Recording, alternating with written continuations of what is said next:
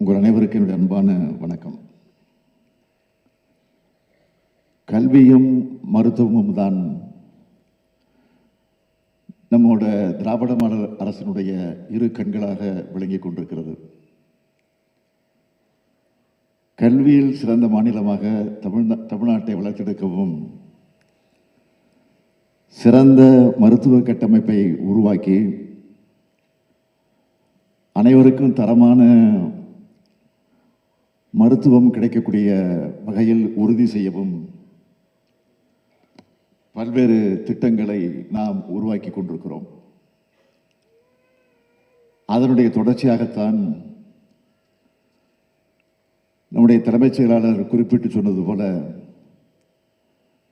கடந்த ஆகஸ்ட் 15 விடுதலை நாள் நிகழ்ச்சி கோட்டையிலே நடைபெற்ற போது, கொடியேற்றி உரையாற்றும் போது, ஜெனரிக் மருந்துகளையும் பிற மருந்துகளையும் குறைந்த விலையில் பொதுமக்களுக்கு கிடைக்கக்கூடிய வகையில் முதல் கட்டமாக 1000 மருந்தகங்கள் திறக்கப்படும் என அறிவித்தேன். அந்த அறிவிப்பு இன்னைக்கு செயல்பாட்டுக்கு வர்றது பெரும் மகிழ்ச்சியை கொடுக்கிறது. நம்முடைய அரசு சாதாரண சாமானிய மக்களுக்கான அரசு என்பதற்கு அடையாளம்தான் இந்த முதல்வர் மருந்தக திட்டம். பொதுமக்கள் தங்களுக்கான மருந்துகளை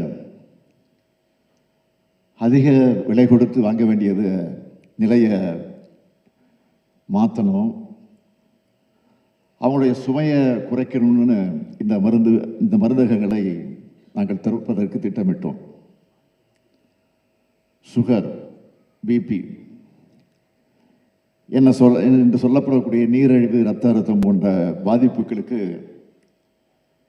தொடர்ந்து அதிக அளவு மருந்துகள் வாங்க வேண்டிய இருக்கிற காரணத்தால்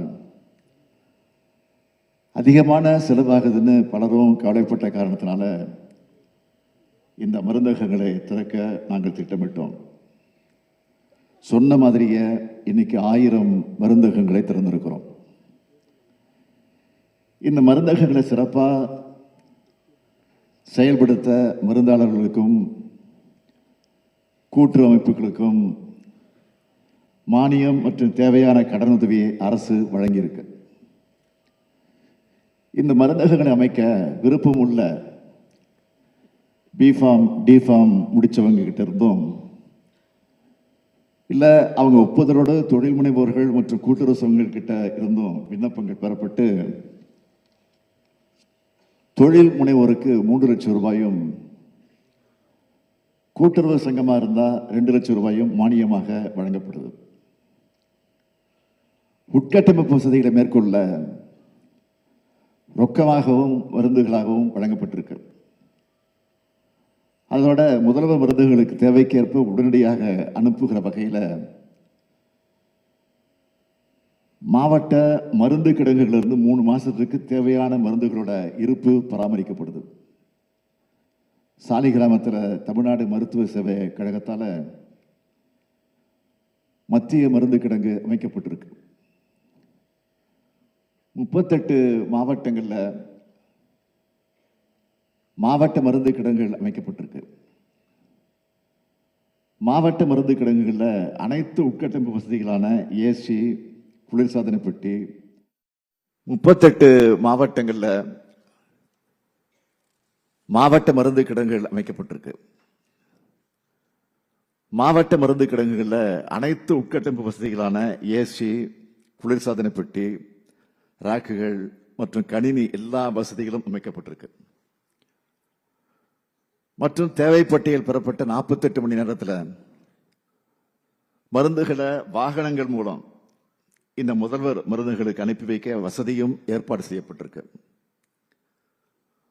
முதல்வர் மருந்தகங்கள் சிறப்பாக பணியாற்றும் வகையில் மருந்தாளர் மற்றும் தொழில் முனைவோருக்கு 3 கட்டமாக பயிற்சியும் வழங்கப்பட்டிருக்கு. இதனால பிஃபார்ம், டிஃபார்ம் படித்த 1000 பேருக்கு வேலை வாய்ப்பு கிடைச்சிருக்கு. இந்த முதல்வர் மருந்தகங்களில் சிறப்பு என்னன்னு கேட்டால்,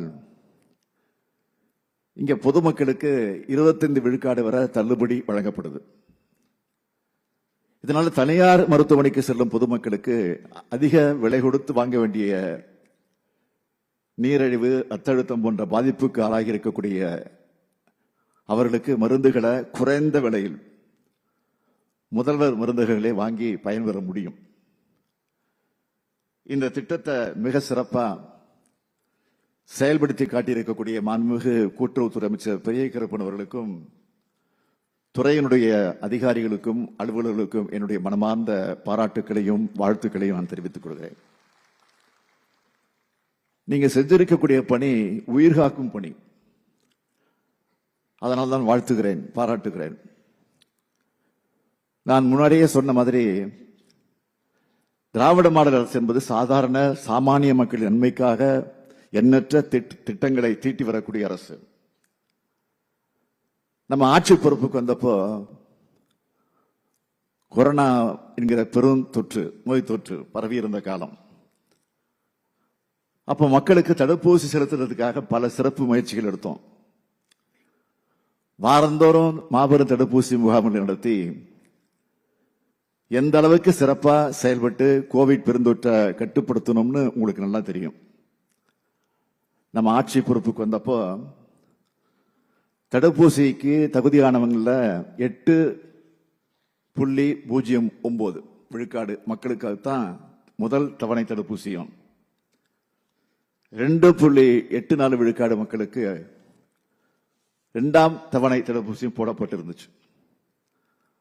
ஆனா நம்மோட சீரிய முயற்சிகளால 7 மாதங்கள்ல இந்த நிலையை மாத்தி 86.95 விழுக்காடு மக்களுக்கு முதல் தவணை தடுப்பூசியும், 60.71 விழுக்காடு மக்களுக்கு இரண்டாவது தவணை தடுப்பூசியும், 8,55,00,000 தடுப்பூசிகள் போடப்பட்டுச்சு. ஓராண்டுக்குள்ள எல்லோரும் 2 தவணை தடுப்பூசியும் போட்டு, பூஸ்டர் தடுப்பூசியும் போட்டு மக்களை காப்பாற்றணும். கொரோனாவால பாதிச்சவங்களை காப்பாற்ற துணையா நம்ம அரசு இருக்குன்னு உணர்த்த நானே கோவைக்கு சென்றிருந்த போது கொரோனா வார்டுக்குள்ள போனேன். நம்ம மாசு மட்டும் இல்ல, அமைச்சராக இருக்கக்கூடிய துறையுடைய அமைச்சராக இருக்கக்கூடிய மாசு மட்டும் இல்ல, அமைச்சரவையில் இருக்கக்கூடிய அத்தனை அமைச்சர்களும் மருத்துவம் மற்றும் மக்கள் நல்வாழ்வுத்துறை அமைச்சர்களாக செயல்பட்டதை நாடே பார்த்துச்சு. இந்த அடிப்படையில் இருந்து உருவானதுதான் மக்களை தேடி மருத்துவ திட்டம். 2021 சட்டமன்ற தேர்தலுக்கு முன்னாடி திருச்சியில் நடைபெற்ற மாபெரும் கூட்டத்தில் 10 ஆண்டுகளுக்கான தொலைநோக்கோடு 7 உறுதிமொழிகளை கொடுத்தேன். அதுல ஒண்ணுதான் அனைவருக்கும் உயர்தர கல்வி மற்றும் உயர்ந்த மருத்துவம். அந்த தொலைநோக்கோட ஒரு பகுதி தான் மக்களை தேடி மருத்துவம். மருத்துவமனை தேடி மக்களை போகக்கூடிய அந்த சூழலை மாற்றி மக்களை தேடி மருத்துவம் செல்லும் காலத்தை உருவாக்கி இருக்கிறோம். 2 கோடிக்கும் அதிகமான மக்களுக்கு இந்த திட்டத்தில் சிகிச்சை வழங்கி இருக்கிறோம்.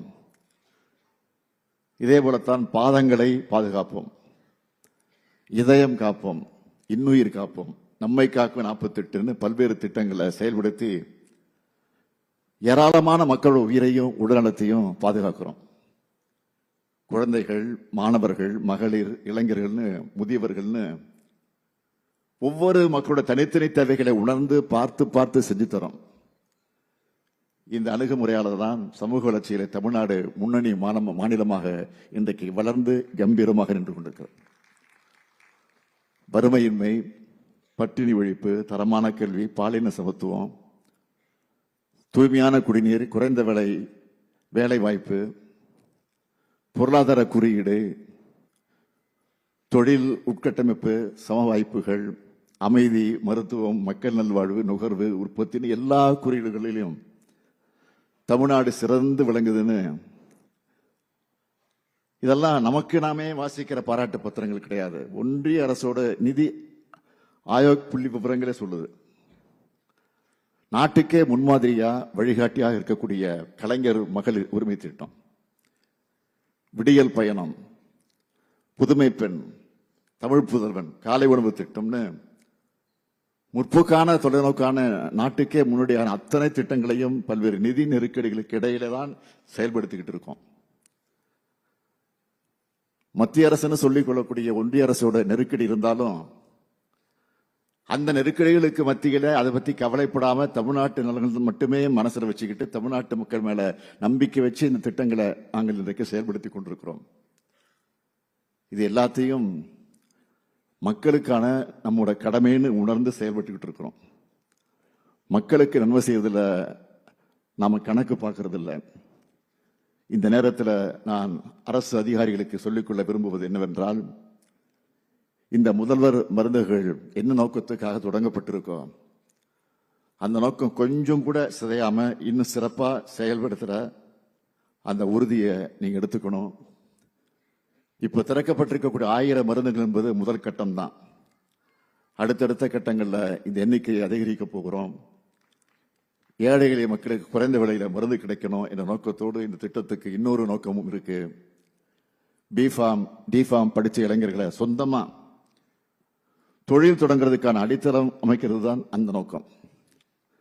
நான் முதன்மை நாள் இளைஞர்களின் திறன்களுக்கு நம்முடைய திராவிட மாடல் அரசு இது போன்ற திட்டங்களால் இளைஞர்களை தொழில் முனைவர்களாக்கி வருது. நாம் உருவாக்கும் வாய்ப்புகளால் நமது இளைஞர்கள் உயர்வார்கள். நமது திட்டங்களால் நலமான தமிழ்நாடு நிச்சயம் உருவாகும். நன்றி, வணக்கம். மக்களுக்கான அரசு என்பதன் அடையாளமாக மக்கள் நலன் காக்கும் மகத்தான தலைவர் 1000 முதல்வர் மருந்தகங்கள் தந்துள்ள மாண்புமிகு தமிழ்நாடு முதலமைச்சர் அவர்களுக்கு விழா பேருரை ஆற்றியமைக்கு மனமார்ந்த நன்றியினை தெரிவித்துக் கொள்கிறோம். தமிழ்நாட்டில் முதல்வர் மருந்தகம் திறக்கும் தொழில் முனைவோருக்கு 3 லட்சம் ரூபாய் வரை அரசு மானியமாக வழங்குகிறது. தொழில் முனைவு கனவை முதல்வர் மருந்தகம் மூலம் சாத்தியப்படுத்தியுள்ளவர்களுக்கு மூலதன கடனுக்கான ஆணை, மானியத்திற்கான ஆணை, நலத்திட்டங்களையும் வழங்கி சிறப்பிக்க மாண்புமிகு தமிழ்நாடு முதலமைச்சர் அவர்களை அன்புடன் கேட்டுக்கொள்கிறோம். உடனுக்குடன் செய்திகளை தெரிந்து கொள்ள சன் நியூஸ் பெல் ஐகானை கிளிக் பண்ணுங்க.